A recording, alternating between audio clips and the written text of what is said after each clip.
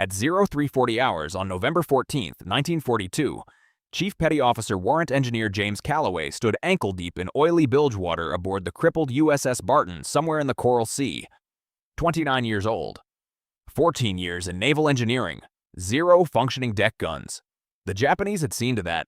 2 days earlier, a strafing run had shredded both forward mounts and left the Barton's crew with nothing heavier than a rifle between them and 17 enemy transports now charting a direct course for Henderson Field.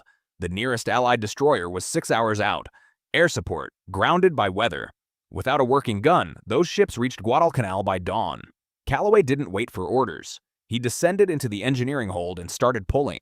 A damaged 3-inch naval gun, its breech fused by heat. Hydraulic tubing from a wrecked landing craft. A firing mechanism stripped from a broken 20mm Oerlikon. He worked by flashlight, flat on his back, speaking to no one except himself and occasionally his wrench. The gun had no official designation, no blueprint, no proof it wouldn't kill the man who fired it. At 0611 hours, Calloway loaded the first round. "Fire it yourself," his commanding officer, Lieutenant Hale, said flatly. "Your design, your risk." He fired. The mount held. The round traveled. Off the port bow, a Japanese transport's fuel line ignited in a column of orange flame, visible for 4 miles. What followed over the next 71 hours became one of the most documented cases of improvised naval gunnery in the Pacific theater. Calloway rotated crews in 4-hour shifts, recalibrating the weapon between engagements as the breech began to warp. He packed the mounting bolts with rubber gasket strips to absorb recoil. Rebored the feed mechanism with a hand drill. 10 ships, 10 confirmed kills. One weapon that shouldn't have existed. The convoy never reached Henderson Field.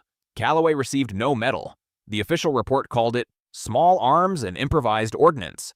He returned stateside in 1944, took a position at the Philadelphia Navy Yard, and spent 22 years designing emergency breech mechanisms that could be assembled in the field without specialized tools.